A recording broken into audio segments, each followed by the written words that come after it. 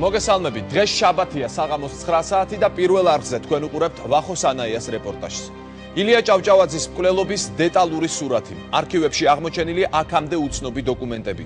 ვინ ესროლა ილიას ერთადერთი ტყვია. მთელი 104 წლის განმავლობაში დაუდგენელი იყო ვინმე იმერელის ვინაობა. სწორედ ვინმე იმერელი ხელმძღვანელობდა ბანდას, რომელმაც საუკუნის დანაშაული ჩაიდინა. ის მთელი საუკუნე ხან სერგო ორჯონიკიძე ეგონათ, ხან კიდევ ვიღაც სხვა.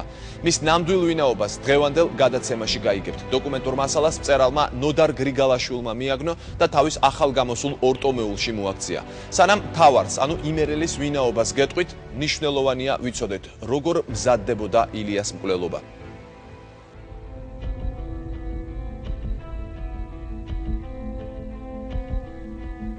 ბოლო პერიოდში ილია ჭავჭავაძეს ხშირად ემუქრებოდნენ. უგზავნიდნენ ბარათებს და წერილებს. ამ წერილებს საინტერესო ფორმა ჰქონდა. ხატავდნენ რევოლვერზე გადაჯვარედინებულ ხანჯალს და გვერდით კუბოს. ილია ჭავჭავაძეს ამაივანზე უყვარდა გამოსვლა, დაჯდომა, ბოლთისცემა. 1907 წლის აგვისტოში ამ სახლს სტუმრობდა ილიას ნათესავი ყოფილი სამხედრო პირი ზაალ ჭავჭავაძე. ზაალ ჭავჭავაძე იგონებს, რომ ილია ბოლო დღეებში თითქმის აღარ გამოდიოდა ამაივანზე. ილია ჭავჭავაძე მაქსიმალურად უფრთხოდა ჩასაფრებულ მკვლელს. უამრავი თხოვნის მიუხედავად ილიას გადარწმუნება ვერც მეუღლემ და ვერც მეგობრებმა მოახერხეს. საგურამოში გამგზავრება ილიამ მაინც გადაწყვიტა. გამთენიისას ილიას ეტლი ანდრეევის ქუჩა ნომერ 20-დან საგურამოს მიმართულებით დაიძრა. ეტლში ისხდნენ ილია ჭავჭავაძე, მისი მეუღლე ოლღა გურამიშვილი, მსახური იაკობ თარაშვილი და მეეტლე თედო ლაბაური, რომელიც მოსალოდნელი თავდასხმის შესახებ ინფორმირებული იყო. ზუსტად ამ დროს საგურამოს მიდამოებში 5 ცხენოსანი გამოჩნდა. ინაშვილი, ფშავლიშვილი, იგივე აბძიაური, ხიზანიშვილი, ბერბიჭაშვილი და მათი მეთაური, ვინმე იმერელი. რა ტრიალებდა მის თავს ბუნებრივი ამას ხედავდა და გრძნობდა, მაგრამ ქონდა მისივე პერსონაჟის, ოთარ ანთქვრივში გიორგი რომ ყავს. ესეთი რწმენა სიკეთის ერთის მხრივ და მეორეს მხრივ მისივე პერსონაჟის გულუბრყვილობაც ქონდა. პეტრეს რომ არ სჯერა, დღისით შეიძლება კაცმა კაცი მოკლას. შეიძლება საქართველოში ვინმე მილია მოკლას. აი ეს რწმენა მას ჰქონდა. რას ჩადიხართ? მისი ბოლო სიტყვა კიდევ ერთხელ ამ რწმენას ადასტურებს. ილიას მკვლელობის გეგმა კარგად იყო დამუშავებული. ჩასაფრება საგურამოს თემის ყოფილმა მამასახლისმა ინაშვილმა მოაწყო, რომელიც დუშეთის მაზრის უფროსს ილია ჭავჭავაძემ მექრთამეობისა და ადგილობრივთა თხოვნის საფუძველზე მამასახლისობიდან მოახსნევინა. ინაშვილის გეგმით გიორგი ხიზანიშვილი საგურამოს მხარეს ტყეში შემაღლებულ ადგილას დადგა. ფშავლიშვილი კი თბილისის მხარეს. სტვენა ეტლის გამოჩენისა და თავდასხმის დაწყების ნიშანი უნდა ყოფილიყო. ზოგელი სოფლებიდან ახატნელ ახალგაზრდებს პირდაპირ შემოუთვლიათ, რომ ამ დღეებში ილია ჭავჭავაძეს მოუკლავთო, მაგრამ ილიამ არა ეს ჩათვალა, რომ იყო ზედმეტი პანიკა და შის მაინც ნუ მიეცემითო და ყურადღება გარეგნულად მან ყურადღება ამას არ მიაქცია. სანამ მკვლელები ჩასაფრებას აწყობდნენ, ამასობაში ილიას ეტლი თბილის გასცდა. დიღმის გზაზე ძლიერი ქარი იყო. გადახდილ ეტლში ოლღა გურამიშვილს ქარმა ქუდი გასტაცა. ილიას მეუღლემ თავშალი გადაიფარა. ამასობაში წიწამურს მიუახლოვდნენ, სადაც წყაროსთან გაჩერდნენ. მკვლელობის შემდეგ ოლღა გურამიშვილი იხსენებდა. ილია გადიოდ გამოდიოდა მწვანემოლზე. მე ისევ ეტლზე ამოվել. მე ეტლემ ცხენებს წყალი დაალევინა, შეაბაგიდეც, ხოლო ილია კი აღელვებული, გაფითრებული ისევ ბოლთას ასცემდა. ყველა უგრძნობდით, რომ რაღაც დაუტეველ ბოღმას თუ გრძნობა შეეჭიდა ილია და ვერავინ ვუბედავდით მისი დუმილი დაგვერღვია. 40 წუთზე მეტი ილია გარინდებული გადიოდ გამოდიოდა. სახედატანჯული, კარგახნის მერე ამოვიდა და ბიჭს უბრძანა გარეკეო. მაშინ როცა ილიას ეტლი წიწამურთან გადაადგილდებოდა და მკვლელები ჩასაფრებული ელოდებოდნენ მის გამოჩენას, 11-ის ნახევარზე საგურამოდან მეფის ჟანდარმერიის უმცროსი ოფიცერი ემეცი 2 თანაშემწესთან ერთად წიწამურის მიმართულებით დაიძრა. ემეცს წინა საღამოს მოურავმა ჯაშმა სთხოვა, რომ წიწამურში ღალის ასაღებად თანაშემწეები გაეყოლებინა მისთვის. ემეცს მცხეთაში საქმე ჰქონდა და თანაშემწეებს თან გამოხვა. ჯგუფს გზაში მალე ჯაში დაეწია. მოურავმა ემეცს უთხრა, რომ ამასობაში ილიას ეტლიც უნდა გამოჩენილიყო სადილისთვის საგურამოში. ამ საუბრიდან 15 წუთში ილია მოკლეს. ამის შესახებ ვის შეიძლებოდა ცოდნოდა? ან მკვლელებს, ან მკვლელების ორგანიზატორებს, აი თვითონ ესე იგი, როდის უნდა მომხდარიყო, ან კიდევ ოხრანკას და პოლიციას. ორივე რა თქმა უნდა არ შეეცდებოდა დროზე მისულიყვნენ და ეშველათ არა. თუ ვინმე შეიძლება ეშველა ეს შემთხვევითი მგზავრი ან შემთხვევითი გამომვლელი შეიძლება ყოფილიყო. წიწამურთან ილიასეტლი ჩასაფრების ადგილს მიუახლოვდა. ფშავლიშვილმა დაუსტვინა. ნიშნის მიღებიდან რამდენიმე წუთში ტყიდან ვინმე იმერელი, ვერბიჭაშვილი, ინაშვილი და ფშავლიშვილი გამოცვიდნენ. მკვლელებიდან წინასწარ გაფრთხილებულმა თედო ლაბაურმა ეტლი შეაჩერა. ილიამ რევოლვერის ამოღება მოასწრო და მისი ბოლო სიტყვები იყო: რას ჩადიხართ? როგორც კი ილია ჭავჭავაძის ეტლი მიუახლოვდა იმ ადგილს წიწამურში, სადაც ახლა ჩვენ ვიმყოფებით, თიდან დაეშვნენ მკვლელები, გამოცვიდნენ ამ ადგილას და სწორედ აქ მოხდა მკვლელობა. დღეს აქ დგას ობელისკი, შემდეგი წარწერით 1907 წლის 12 სექტემბერს 30 აგვისტოს ძველი სტილით თვითმყრობელობის დაქირავებულმა აგენტებმა აქ ვერაგულად მოკლეს ქართველი ხალხის დიდი მწერალი ილია ჭავჭავაძე. დღეს ძალიან ცოტას თუ სჯერა, რომ ეს მკვლელობა ჩაიდინეს თვითმყრობელობის დაქირავებულმა აგენტებმა. აღმოჩენილი დოკუმენტები სულ უფრო მეტად ადასტურებს, რომ მკვლელობა ჩაიდინეს სოციალ-დემოკრატებმა, კერძოდ მათმა ბოლშევიკურმა ფრთამ.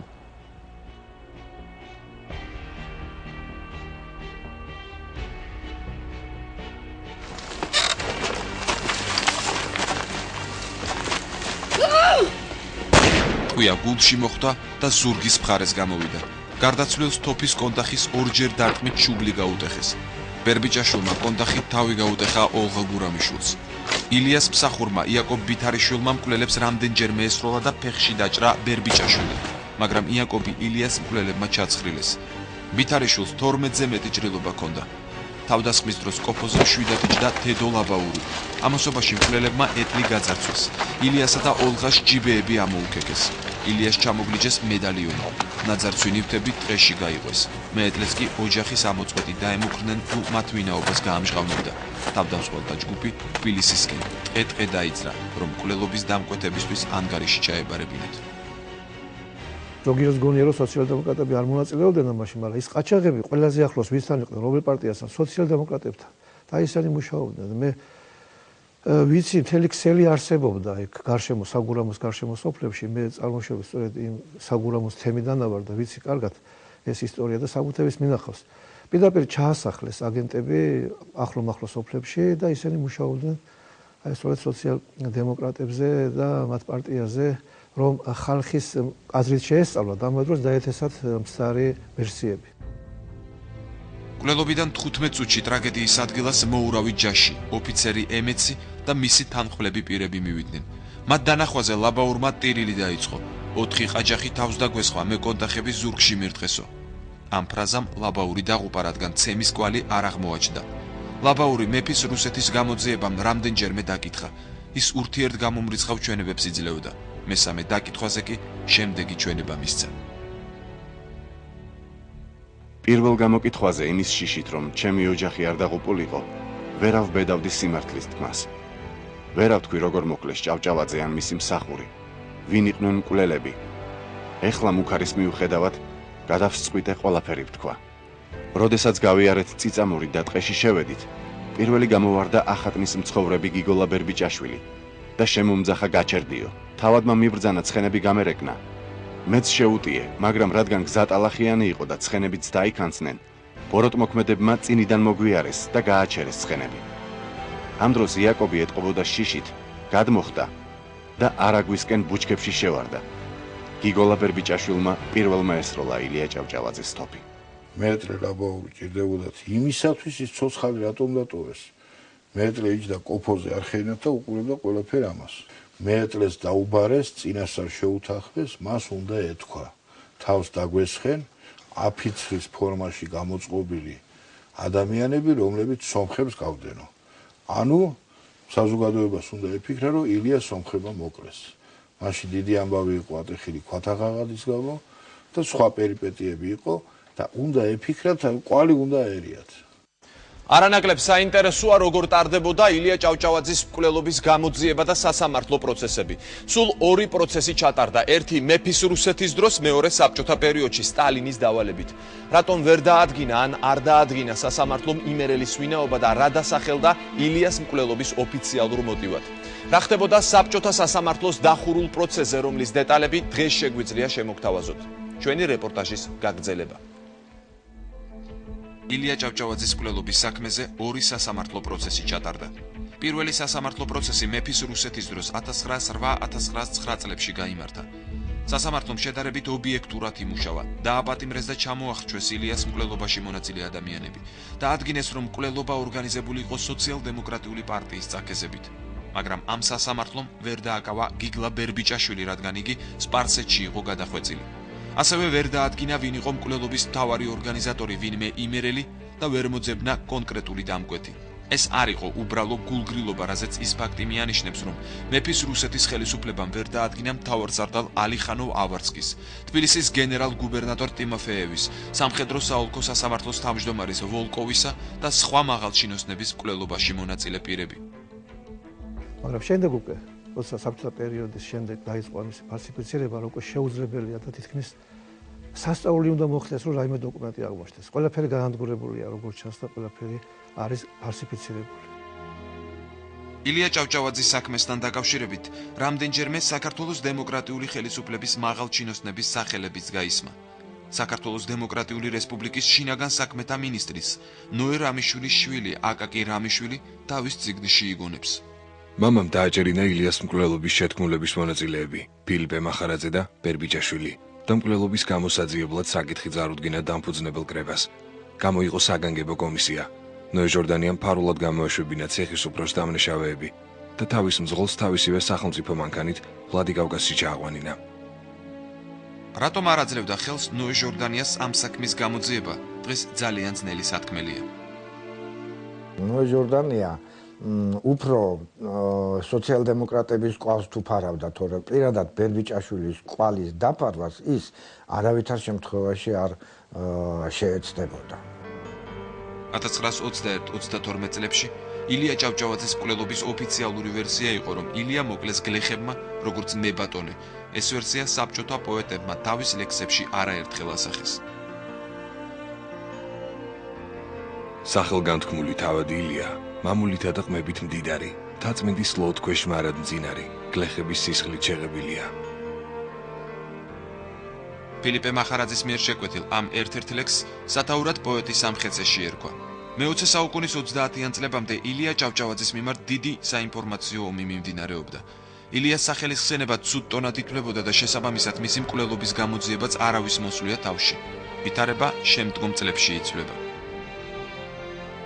შედგა ლონდონის მეხუთე ყრილობა, ბოლშევიკების ყრილობა და ამ ყრილობაზე ლენინმა თქვა, რომ ეხლა დაიწყება რუსეთში კრიზისი და აი ამ კრიზისის დროს ისეთ კოლონიებში, სადაც ეროვნული თვითშეგნება არსებობს, გამოჩნდებიან ეროვნული მოძრაობის ლიდერები, საჭირო არის ამ ლიდერების ლიკვიდაცია. ამ ლიდერების ლიკვიდაცია. და ვინ არის ლიდერი? ლიდერი არის ილია ჭავჭავაძე. ამ პერიოდში ბოლშევიკების ძველ და ახალ ფრთა შორის დაპირისპირება გამძაფრდა. ამავდროულად საჭირო გახდა ილია ჭავჭავაძის მკვლელობისთვის ჩამოეშორებინათ ბოლშევიკების კვალი და ჭავჭავაძე ბოლშევიკ მწერლად გამოეცხადებინათ. ამ პერიოდში მეორე მსოფლიო ომიც იწყება და საჭირო ხდება რაღაც ვითომ პატრიოტული გადაწყვეტილების მიღება. ილია ჭავჭავაძე ჯერ საქართველოს ნაციონალურ განმათავისუფლებელი მოძრაობის მოღვაწედ და შემდეგ ბატონყმობისა და თვითმპყრობელობის წინააღმდეგ მგზნებარე მებრძოლად დასახელდა. ჯერ აკრძალვა და შემდეგ რეაბილიტირება, რეაბილიტაცია ილიას ეს იყო.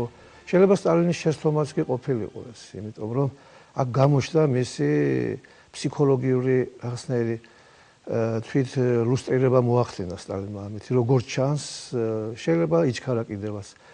ამითი გახსნა ეთყობა კარტები და მაშინ არ ჩანდა ეს. მაშინ არ ჩანდა როგორც კეთილშობილური ნაბიჯი, მაგრამ ჩვენ ახლა ვიმყოფებით საქართველოს უზენაესის სასამართლოს ისტორიულ დარბაზში. 1941 წლის დეკემბრის ბოლოს და 1942 წლის დასაწყისში სწორედ ამ დარბაზში გაიმართა ილია ჭავჭავაძის მკვლელობის საქმეზე სასამართლო პროცესი. საზოგადოებისთვის თითქმის უცნობია რა ხდებოდა მაშინ ამ კედლებში. სასამართლო პროცესი დახურული იყო. ილიას მკვლელობის სასამართლო პროცესზე გაასამართლეს გიგლა ბერბიჭაშვილი.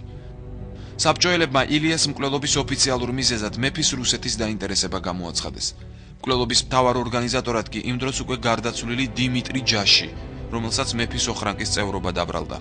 მოგვიანებით ირკვევა, რომ დიმიტრი ჯაშს ოხრანკასთან იმ პერიოდში, როდესაც ილია ჭავჭავაძე მოკლეს, არანაირი კავშირი არ ჰქონდა. რა თქმა უნდა, არ იყო, ესე იგი, სამართლებრივი, იმიტომ რომ საბჭოთა ხელისუფლება მიუხედავად იმისა, რომ ქმნიდა იმის ილუზიას, რომ ებრძოდა ილიას მკვლელებს ან უნდოდა გამოკვლევა ნამდვილი ვითარების, მაინც აი სადღაც მეორე მსოფლიო ომის დასაწყისამდე არ იყო დაინტერესებული ილიას მკვლელების მაინც დიდი დევნით. 1941-42 წლებში თბილისში უმაღლესი სასამართლოს დახურულ პროცესს ვარლამ ძიძიგური დასწრებია და ნანახი დამოსმენელი აღუწერია წიგნში მასწავლებლის მოგონებანი. ჩემი მეხსიერებიდან არასოდეს ამოიშლება ის 10 დღე 1941 წლის 25 დეკემბრიდან 1942 წლის 5 იანვრამდე, როცა თბილისში უმაღლესი სასამართლოს დახურულ კარში ილია ჭავჭავაძის მკვლელის გიგოლა ბერბიჭაშვილის გასამართლება მიმდინარეობდა.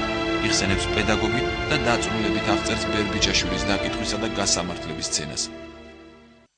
ვარლამ ძიძიგური ამ სასამართლოზე დასასწრებად სულ 40-ოდე საშვი იყო და ერთი მათგანის მიღება მარგუნა ბედმა. საბრალდებოს გამზე იჯდა 64 წლის კაცი. საშუალო ტანის, გამხდარი, ფართო მხარბეჭიანი, ხმელი და თხელი სახისა. ჭაღარა გიგოლა ბერბიჭაშვილი. სასამართლოს თავმჯდომარის პირველი კითხვა იყო ბერბიჭაშვილისადმი, ცნობთ თუ არა თავს დამნაშავედ. მე პარტიზანთა რაზმის წევრი ვიყავი. წითელი პარტიზანელის მოწმობა მქონდა. 1905 წელს დამიჭირა პოლიციამ და დუშეთის სამაზრო ციხეში დამამწყდია. ციხე გავტეხე და გამოვიქეცი. ამის შემდეგ ტყეში ვიმალებოდი. ერთხელ, ეს იყო 1907 წელს, ტანის სამოსი დამეფლითა. ახლის შესაძენად ჩუმად მინდოდა ჩამოვსულიყავი თბილისში და საგბრანოზე გამოვიარე. საღამო იყო. გზაში შემხვდა ერთი ჩემი ნაცნობი ხიზანიშვილი. მითხრა, ამაღა ილია ჭავჭავაძის სახლის ზემოთ ტყეში რამდენიმე კაცს კრება გვაქვს და დაგვესწარიო. არ მინდოდა, მაგრამ ძალით წამიყვანა. კრებაზე 10-12 კაცი იყო. თავმჯდომარეობდა ვიღაც ჯაში. როგორც გავიგე, ეს კაცი ილია ჭავჭავაძის მოურავი ყოფილა. მან წაიკითხა ილია ჭავჭავაძის წინააღმდეგ გაზეთში დაბეჭდილი წერილი. ჯაშმა თქვა, მე დღეს ვარ აქ და ხვალ არა და მაინც არ მენაღვლება, მაგრამ თქვენ აქაურები ხართ. ვერსად წახვალთ და კნიაზ ილიას წვალებას მანამ ვერ გადაურჩებით, სანამ მას არ მოკლავთო. მოკალით და მოისვენეთ. მისი მოკლა რა დიდი საქმეაო. ასე დაასახელა საბჭოთა სასამართლომ მთავარ ორგანიზატორად დიმიტრი ჯაში. ბერბიჭაშვილს დიდხანს ხელს არ უშლიდნენ, რომ დამალულიყო. დახვრიტეს მხოლოდ ხიზანიშვილი და აფციაური. 1942 წელს სასამართლოს დადგენილებით ბერბიჭაშვილსაც არასწდა დახვრეტის განაჩენი. მაგრამ მალევე ფარულად შეიცვალა განაჩენი და ბერბიჭაშვილი აღარ დახვრიტეს. სოციალ-დემოკრატები ტერაქტის წინ პარტიულ დადგენილებას აფორმებდნენ. მკვლელობის განაჩენის შემდეგი სქემით უნდა აღსრულებულიყო. გადაწყვეტილებას იღებდა ცენტრალური კომიტეტი. ამის შემდეგ ცენტრალური კომიტეტი დავალებას აძლევდა მთავარ სამხარეო საიდუმლო კომიტეტს. საიდუმლო კომიტეტს ვალდებულება ჰქონდა დავალებას შესაბამისად კიდევ უფრო ქვედა რგოლამდე მიეტანა. ეს რგოლი რაიონული კომიტეტი იყო და უმნიშვნელოვანეს როლს ასრულებდა მთელ ამ სქემაში. რაიონული კომიტეტი აძლევდა დავალებას მკვლელობის უშუალო აღმსრულებლებს. მკვლელობას, ტერორისტულ აქტებს, ექსპროპრიაციას და სხვა დანაშაულს ჩადიოდა ტერორისტული ჯგუფები. დუშეთის მაზრაში მაშინ ასეთ ტერორისტულ ჯგუფს ხელმძღვანელობდა ადამიანი, რომელიც მოიხსენიება მეტსახელით იმერელი. გაიარა თუ არა იგივე სქემა ილიას მკვლელობამ. ვისი დავალება შეასრულა იმერელმა და იყვნენ თუ არა საქმის კურსში, ემიგრაციაში მყოფი ლენინი და ბანკის ძარცვის შემდეგ ბაქოში გაქცეული სტალინი. ახლა მივადექით ჩვენი გადაცემის დასკვნით ნაწილს. ვინ არის იმერელი? დღემდე არსებულ ყველა ვერსიას აბათილებს არქივებში აღმოჩენილი უცნობი დოკუმენტები. ნოდარ გრიგალაშვილის წიგნის მიხედვით, იმერელი არ არის სერგო ორჯონიკიძე და არც ვინმე სხვა, როგორც ეს აქამდე ეგონათ. მის ვინაობას ჩვენი რეპორტაჟიდან გაიგებთ. ილია ჭავჭავაძის მკვლელობის საქმეში მთავარ ეჭმიტანილებად 4 ადამიანი დასახელდა: ბერბიჭაშვილი, ფშავლიშვილი, ინაშვილი და ვინმე იმერელი. ამად გარდა მკვლელობის ორგანიზებაში მონაწილეობდნენ მეეტლე ლაბაური, ხიზანიშვილი და მოძღვრიშვილი. ერთადერთი მკვლელი, რომელიც გამოძიების მსვლელობის დროს არათუ დაისაჯა, არამედ მისი ვინაობის დადგენაც კი ვერ მოხერხდა, ეს იყო იდუმალებით მოცული იმერელი. ის ბანდის მეთაური იყო და უშუალოდ პირადად შეასრულა დაკვეთა. 1908 წელს დუშეთის მაზრის უფროსის მოვალეობის შემსრულებელი კალინინი საიდუმლოდ მიმართავს ძიებას. ხელისუფლების მიერ იძებნება უცნობი იმერელი, რომელიც წარმოადგენს ილია ჭავჭავაძის მკვლელთა ბანდის მეთაურს. თავდაპირველად იმერელის შესახებ რამდენიმე ვერსია არსებობდა. პირველი იმერელად დასახელდა გიგლა ბერბიჭაშვილის ბიძა სანდრო ოძიშვილი, მაგრამ მეფის რუსეთის გამოძიებამ ეს ვერ დაადასტურა. შემდგომში საბჭოთა სასამართლომ იმერელად დაასახელა ლადო ფეიქრიშვილი. სინამდვილეში იმერელი სულ სხვა ადამიანი იყო. შემდეგი ვერსია გახლავთ, რომ ეს იმერელი არის სერგო ორჯონიკიძე.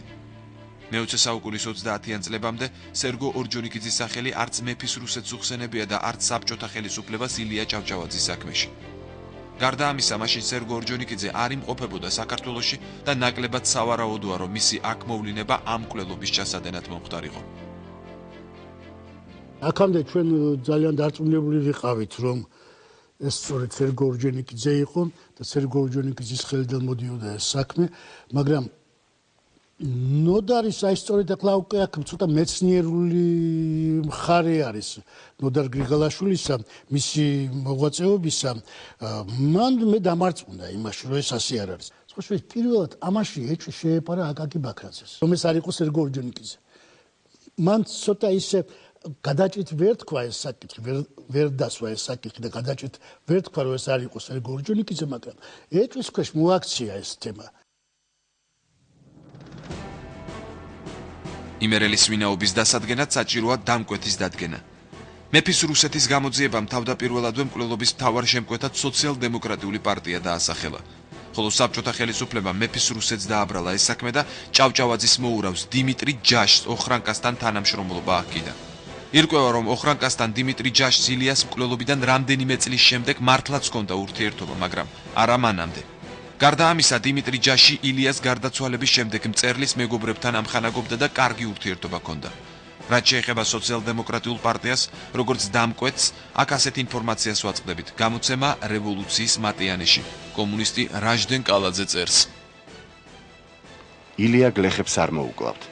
მის მკვლელობაში თვით ილიას გაიძვერა მოურავი, დიმიტრი ჯაშია გარეული. მკვლელობის ჩამდენი იმდროინდელი წითელი რაზმები, რომლებიც რეაქციის დაწყების გამო ტყეში იყვნენ გახიზნულნი, ხსენებულმა ჯაშმა და მისმა მომვლინებელმა უცნობმა ჯგუფებმა ყალბი დოკუმენტის მიწოდების საშუალებით შეცდომაში შეიყვანეს და მოკლეს ილია. მეფის ხელისუფლების დროსაც ვერ დადასტურდა დიმიტრი ჯაშის ნამდვილი, მისი დანაშაულის ნამდვილი ხარისხი. ილიას მკვლელობა უკვე ბოლშევიკურად ამოამზადა, იმიტომ რომ 905-7 წლების რევოლუციას არსებითად ბოლშევიკები მეთაურობდნენ ამ არეულობებს, ამ მკვლელობებს, რაც ქვეყანაში, რაც რუსეთის იმპერიაში ხდებოდა მაშინ. ამას ბოლშევიკები მეთაურობდნენ. აწყობდა მეფის მთავრობასაც და აწყობდა ქართულ სოციალ-დემოკრატებსაც. იმიტომ რომ ინტერესი მათი საქართველოს დამოუკიდებლობა არ ყოფილა. საქართველოს დამოუკიდებლობა და საქართველოს თავისუფლებაზე საუბარი მათ მიაჩნდათ ერთიანი დიდი მუშათა კლასის ღალატად და რუსული სოციალ-დემოკრატიის საერთოდ ამ იდეის ღალატად. ამიტომ ილია ჭავჭავაძე მათთვისაც მტერი იყო და მეფის მთავრობისათვისაც მტერი იყო. თუ ამ საქმიდან დიმიტრი ჯაშს გამოვრიცხავთ, რჩება, რომ ილიას მკვლელობის დადგენილება არსებობდა, რომელიც სოციალ-დემოკრატებს უკავშირდება. არსებითად მკვლელობა თითქმის რაც კი ხდებოდა მაშინ რუსეთის იმპერიაში, ეს იყო ჩადენილი სწორედ სოციალ-დემოკრატების მიერ, განსაკუთრებით აქტიურობდა რუსული ბოლშევიკური ფრთა. ილიას მკვლელობაში გარეული ბერბიჭაშვილი წითელ არმიელი იყო. გარდა ამისა, ამ ბანდის რამდენიმე წევრი იმ ტყის საძმოს ეკუთვნოდა, რომელიც რევოლუციის სახელით მოქმედებდნენ დუშეთის მაზრაში. მაშინ პოლიტიკური ტერორის პრინციპი იმაში მდგომარეობდა, რომ კონკრეტული რაიონის დავალებებს ამავე რაიონის დაჯგუფებები ასრულებდა. რა კი ილია ცხოვრობდა საგურამოში და ტერაქტი აქ იყო შესასრულებელი, დავალება მოხდა საგურამო შედიოდა რა დუშეთის მაზრაში და დავალება მიეცა დუშეთის მაზრის რაიონულ კომიტეტს. დუშეთის მაზრაში ამ დროისთვის მოქმედებდა 3 ტყის საძმო, 3 შეიარაღებული ბანდფორმირება. დუშეთის მაზრაში იმ პერიოდში განსაკუთრებული სისასტიკით გამორჩეული ბანდა მოქმედებდა, რომლის მეთაური მოგვიანებით კომუნისტებმა რევოლუციის გმირად დაასახელეს.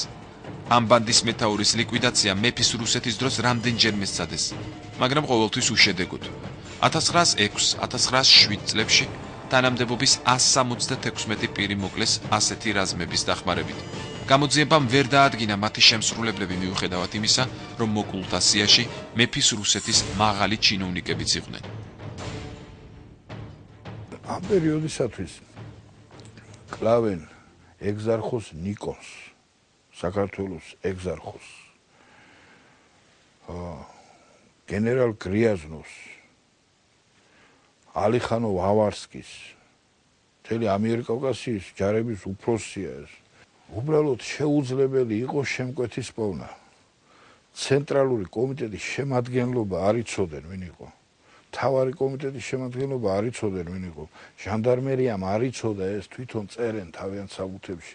ჩვენ ვიჭერთ შემსრულებლებს, მაგრამ არ ვიცით ვინ არიან, თქვათ შემკვეთები ვინაიდან მასონური პრინციპით მუშაობდა ეს. თუკი არსებობდა პარტიული დადგენილება, ვის უნდა შეესრულებინა იგი თუ არა დუშეთის მაზრაში არსებულ ბანდას და მის მეთაურს. მეფის რუსეთს კი იმ პერიოდში ამ რაიონში მოქმედი მთავარი ბანდის მეთაური მოკლული ეგონა. შესაბამისად მის მიმართ გამოძიება არ წარმოებდა. მისი სახელი და გვარია ილია იმერლიშვილი. მის სახელთანაა დაკავშირებული ასევე დუშეთის მაზრის უფროსის მკვლელობაც. ძალიან დიდი ალბათობით სწორედ ისაა ის იდუმალი იმერელი, რომლის სახელის იდენტიფიკაციაც ვერც ერთმა სასამართლომ ვერ მოახდინა, ან არ ისურვა ამის გაკეთება. ერთადერთი ჩემოდა ამ უცნობი ბერბიჭაშვილის შემდეგ იმერლიშვილი. იმერლიშვილი, როგორც გრიგალაშვილის წიგნიდან ჩანს და უტყუარი დოკუმენტებია მოყვანილი, არის დუშეთის მაზრის ტყიზმების მეთაური, ვისაც დუშეთის მაზრის ბოლშევიკურ კომიტეტმა დაავალა ილიას მკვლელობა. ანუ ვიმეორებ, დაავალეს ამ წიგნის და დოკუმენტების მიხედვით ტყის ძმებს. იმერლიშვილს ასეულობით ადამიანი ყავს დახოცილი. მარტოდ შეძლებდა ამ საქმის გაკეთებას. ეს გლეხები წაიყვანა მხოლოდ ამის საქმელად, რომ ილია მოკლეს აგრარულ ნიადაგზე მისივე გლეხები. ამიტომ მოუყარა იმათ თავი. მათგან 3 იყო პარტიის წევრი, ბერბიჭაშვილი, ინაშვილი, ეს ხალხი უშუალოდ პარტიის წევრები იყვნენ. რატომ ვერ ასახელებდნენ იმერლიშვილს სხვა დაკავებულები? პირველი ფაქტორი. ვერ ასახელებდნენ გამომდინარე იქიდან, რომ ამ ექსპრომტად შეკრულ დაჯგუფებას არ უნდა სცოდნოდა ვინ იყო ბანდის მეთაური, რათა დამკვეთის ვინაობა არ გაცხადებულიყო. და მეორე, ილიკო იმერლიშვილის მსგავსი სისხლისმღვრელი ბანდიტის შურისძიების ყველას ეშინოდა. საბჭოთა ხელისუფლების დამყარების შემდეგ კი იმერლიშვილი ღვაწლმოსილ რევოლუციონერად დაასახელეს. შესაბამისად მის სახელთან თუ კი დაკავშირდებოდა ილია ჭავჭავაძის მკვლელობა, ეს დიდი დარტყმა იქნებოდა საბჭოთა ხელისუფლებისთვის. იქ არის ძალიან საინტერესო იმერელი და ეს არის აი ამას მიეკვლია ნოდერმა პირდაპირ, ეს არის იმერლიშვილი, ერთ-ერთი აი სტალინის ამ საექსპედიციო ტერორისტული ორგანიზაციის ერთ-ერთი ლიდერი. არც ერთი დაკითხული არ ლაპარაკობს იმაზე, თუ რატომ სახელდებოდა ვინმე იმერელი, რას ნიშნავდა ეს სახელი, იყო თუ არა წარმომავლობის აღნიშნული, ლაპარაკობდა თუ არა ეს ადამიანი იმერულ დიალექტზე და ასე შემდეგ. იმ პერიოდში და მოგვიანებითაც გვარის ზედმეტ სახელად წარმოება ძალიან გავრცელებული იყო საქართველოში, შესაბამისად იმერლიშვილისთვის იმერელი შერქმევა არ იქნებოდა რეალობას მოკლებული. იმერელი სადაურობას ანიშნავს, რაც თუნდაც ელემენტარულად დასტურდება იმით, რომ მეფის მთავრობის დროს ძიებაში იმერლის ბრალდებით დაკავებული იქნა საგურამოელი კაცი, დაკავებული იქნა ახატნელი კაცი, დაკავებული იქნა ნორიოელი კაცი, ესე იგი ქართველები და კახელები დააკავეს იმერლის ბრალდებით. ანუ მაშინდელმა ძიებამ იცოდა, რომ იმერელი მაინცსა და მაინც იმერელს კი არ ნიშნავდა წარმოშობით იმერელს, არამედ ეს იყო კლიჩკა, ეგრეთ წოდებული, ეს იყო მეტსახელი. მაშინდელი ტერორისტული აქტები, შეკვეთილი მკვლელობები ცენტრალურ კომიტეტთან იყო შეთანხმებული. იყო შემთხვევებიც, როდესაც შეუთანხმებელი საქმეების გამო სერიოზული შიდა გარჩევები ატყდა პარტიაში. შესაბამისად, ილია ჭავჭავაძის მკვლელობა ძალიან დაბალი შანსი არ ყოფილიყო პარტიის ხელმძღვანელობასთან შეთანხმებული. წერლის მკვლელობა მთლიანად უნდა დაბრალებოდა გლეხობას და ამიტომ მხოლოდ ბანდის მეთაური იმერლიშვილი იქნა მივლინებული. ოხრანგამ კი იმერლიშვილის გამომზეურება ვერ შეძლო. მათ იმერელი მოკლული ეგონათ.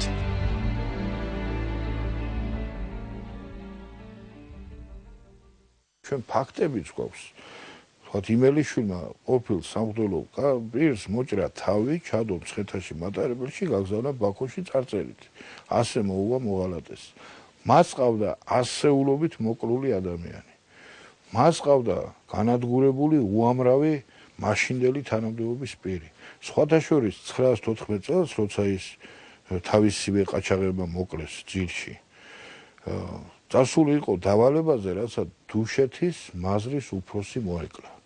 ანუ თანამდებობის პირი რომ ყავდა მოსაკლავი ბოლშევიკებს, ამ იმერლიშვილს ავალებდნენ. რომელიმე მათგანზე არის გახსნილი ეს საქმე? არც ერთზე არ არის გახსნილი, ვინაიდან ვიმეორებ, მასონური პრინციპით მოქმედებდნენ, ჯერ ერთი არ იცოდნენ, მეორე მესამე არ იცოდა და მეორეც რომ ცოდნოდა, ამის თქვა ნიშნავდა მთელი საგვარეულოს ამოწყვეტას. ილიკო იმერლიშვილი დაიბადა 1886 წელს მცხეთაში. მამამისი იორდანე იყო მეტად ღარიბი, მიწის მუშა. ილიკო სწავლობდა სოფელ მცხეთის სკოლაში. თავიდანვე ეტყობოდა, რომ ნიჭიერი იყო, მაგრამ რადგანაც მშობლები ზედმეტად ღარიბი ყავდა, იძულებული შეიქნა დაეტოვებინა სწავლა 1898 წელს. ამის შემდეგ ილიკოს პირველად ხედავთ სტამბაში 1902 წელს. მიანდვეს არალეგალური ლიტერატურის გავრცელება და ფულის შეგროვება ამ ხანაგებში. შემდეგ დაიწყო სომეხ თათართა შეტაკება თბილისში. თავრობის მიერ მოწყობილი და ილიკოც მესამე რაიონიდან, ანუ მთაწმინდიდან მიდის პირველ რაიონში, ნაძალადევში და ეწერება რაზმში. აქ იღებს იარაღს და მიდის თათრის მოედანზე, სადაც ღირსეულად ასრულებს თავის საქმეს. ძველი ბოლშევიკი ტატიშვილი იგონებს. ილიას მკვლელობამდე დათარეშობდნენ წითელი რაზმელები და ტყისძმების რაზმები საგურამოში, ლადო ფეიქრიშვილი 12 კაცით, მცხეთაში ილიკო იმერლიშვილი 15 კაცით, ვასო ყუდულაშვილი 11 კაცით. წრე, რომელშიც იმერელი უნდა ვეძებოთ, შემოსაზღვრულია ამ ბანდებით. არცებითად ძიებამ სწორედ მაშინ ამ წრეში დაიწყო იმერელის ზებნა და დააპატიმრა კიდეც საგურამოს ტყისძმების მეთაური ფეიქრიშვილი, მაგრამ მისი იმერელთან იდენტიფიცირება არ მომხდარა. თუ თქვენ გასთქვამდით მეთაურს, ოჯახიანად ამოწყდებოდით. ამ იმერლიშვილის მცნობი ამ დაჭერილ ხალხ შორის გლეხები ვინც იყვნენ, ეს მეეტლე ლაბაური, იქ ხიზანიშვილი, ჩემო ბატონო, იქ მოძღვრიშვილი, ესენი გლეხები იყვნენ. ამათ ალბათ არც იცოდნენ ვინ იყო ეს იმერელი. მაგრამ ყაჩაღები, თქვათ, ინაშვილი, თქვათ, ფშავლიშვილი, ბუნებრივი ესენი იცნობდნენ ამ იმერელს ვინ იყო. ასეთი სისხლიანი ყაჩაღი, როგორიც არის იმერლიშვილი, მე-20 საუკუნის ისტორიას არ ახსოვს. არც მანამდე, არც შემდეგ ასეთი ყაჩაღი ჩვენ არ ყოლია. ეს კაცი სამჯერ გამოცხადდა და დაღუპულად. სამივეჯერ აღმოჩნდა ცოცხალი.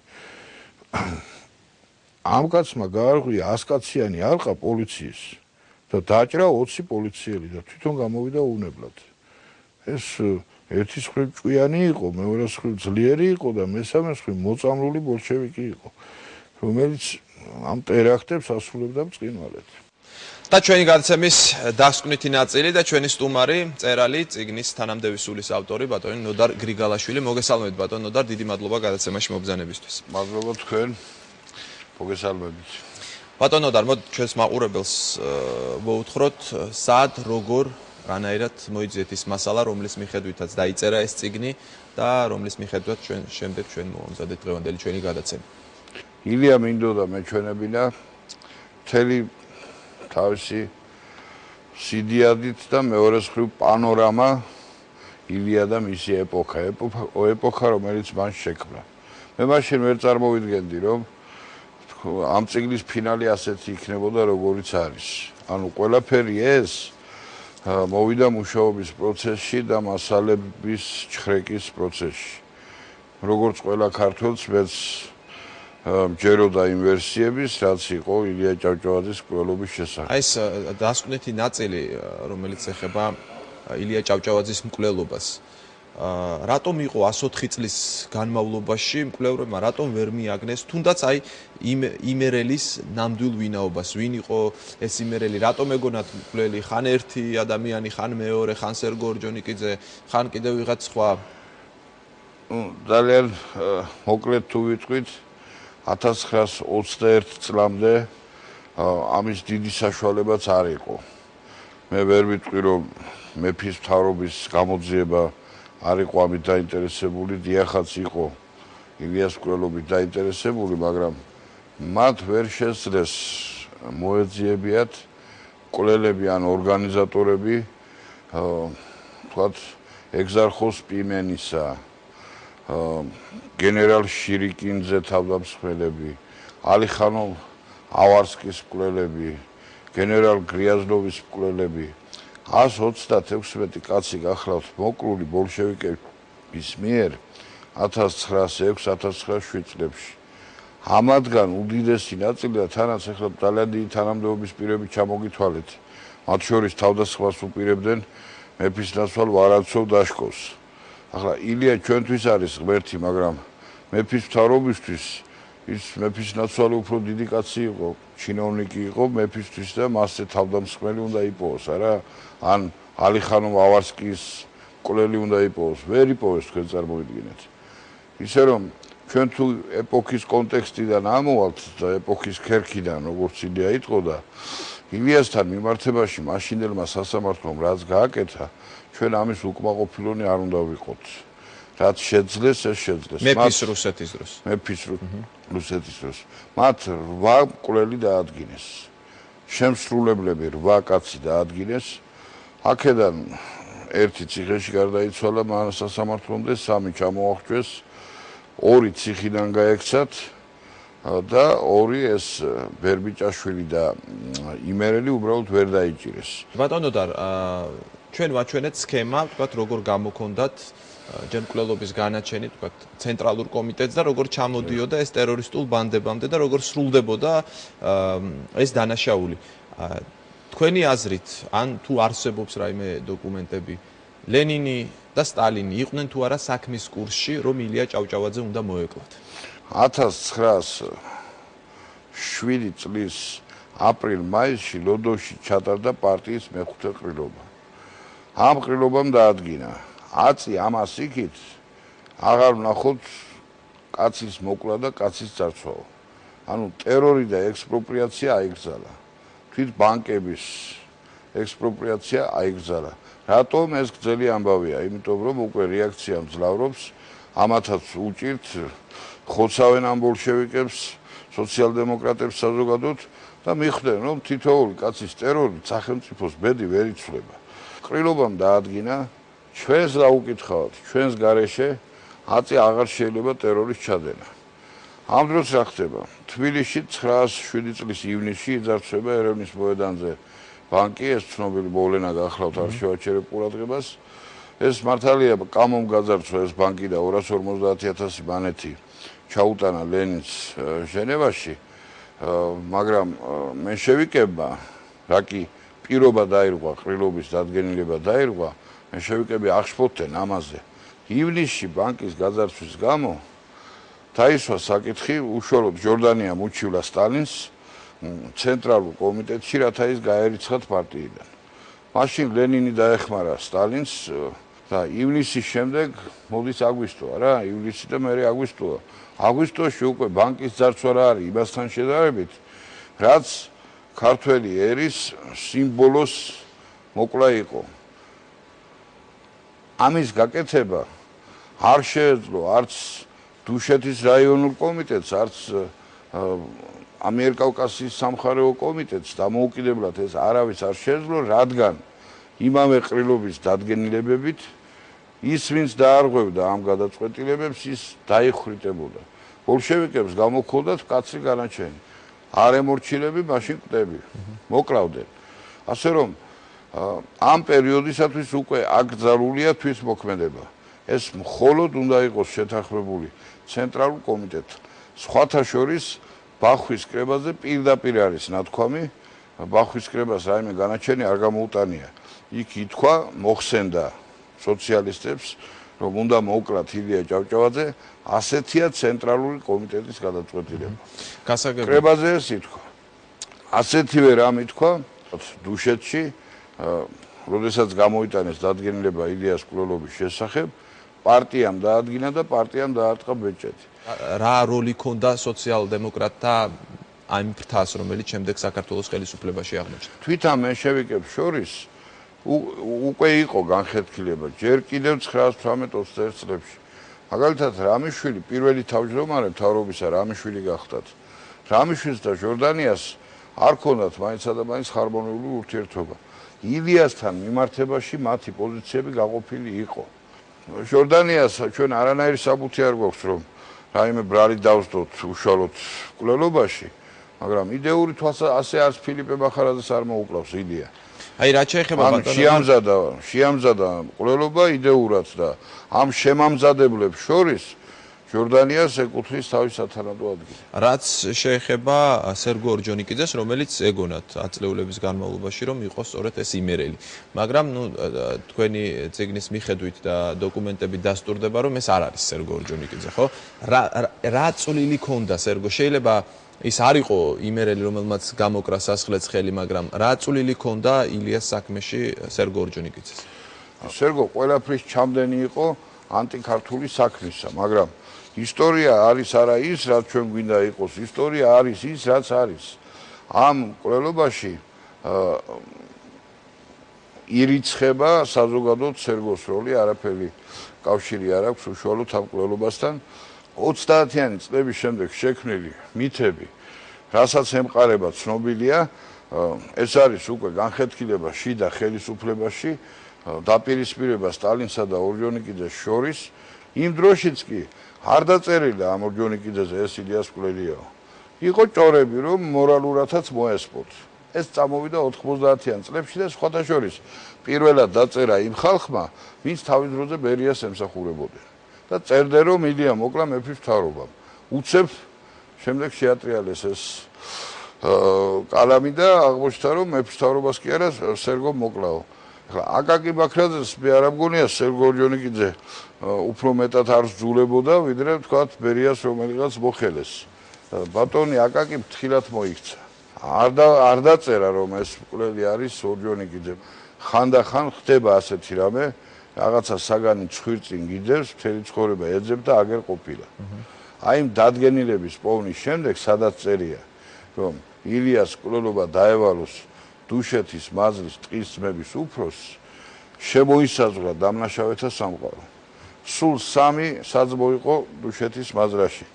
ამ 3-დან ერთი დაიჭირეს როგორც ილიას მკვლელი და არ დადგინდა რომ ილიას მკვლელობაში მონაწილეობას იღებდა, მაგრამ მისი იმერლობა არ დადგინდა.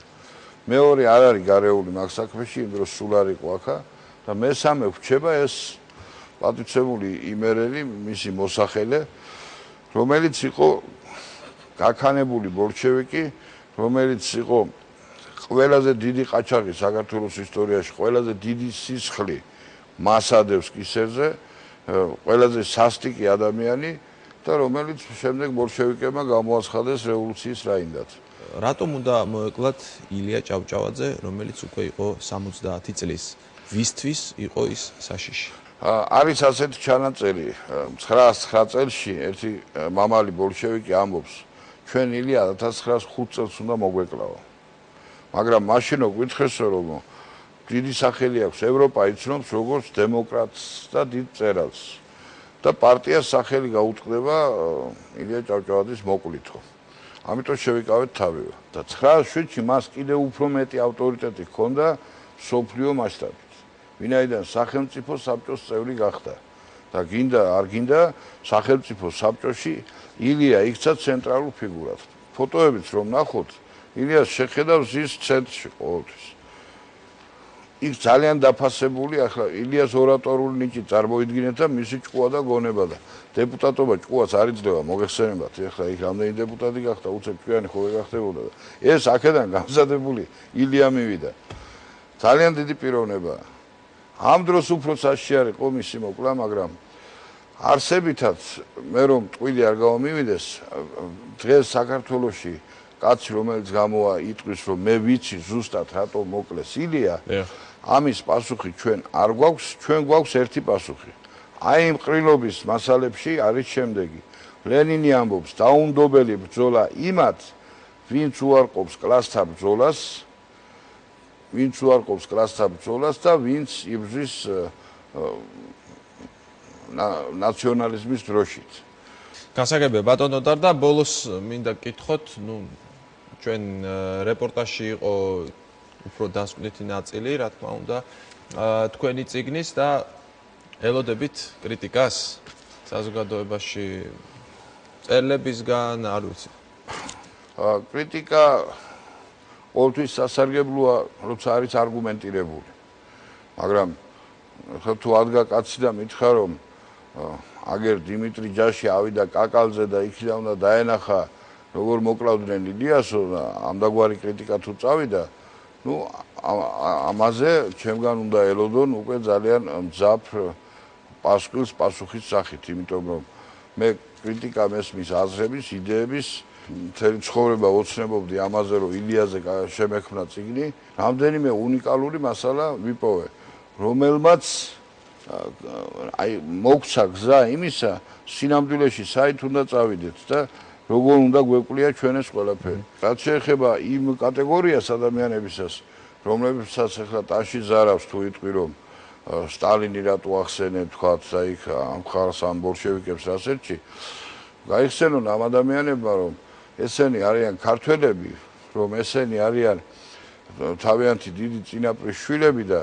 1924 წელს საქართველოს საუკეთესო ნაწილი 15000 კაცი იქნა ამოჟლეტილი სტალინის მეფობის პირველ წელს.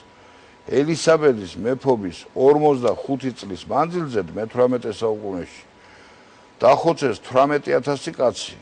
მე-18 საუკუნეში მთელს ინგლისში 45 წელიწადში.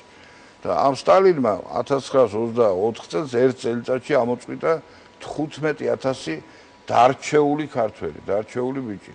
ახლა თუ ეს 15000 სიცოცხლე არაფერია, თუ ყველა ის უბედურება არაფერია, რაც საქართველოს ამ 200 წლის მანძილზე გადახდა რუსის წყალობით და რუსის პოლიტიკა ყველაზე კარგად სწორედ სტალინმა გააგრძელა, მაშინ ასეთ ხალხთან უბრალოდ მე კამათი არ მეგირს. ძალიან დიდი მადლობა გადაცემაში სტუმრობისთვის. მე მაყურებელ შევახსენებ, ჩვენი სტუმარი იყო ბატონი ნოდარ გრიგალაშვილი. დღევანდელი გადაცემა ამით დასრულდა. შევხვდებით ერთმანეთს მომავალ შაბათს პირველ არხზე, რა თქმა უნდა, საღამოს 9 საათზე შაბათს. ნახვამდის.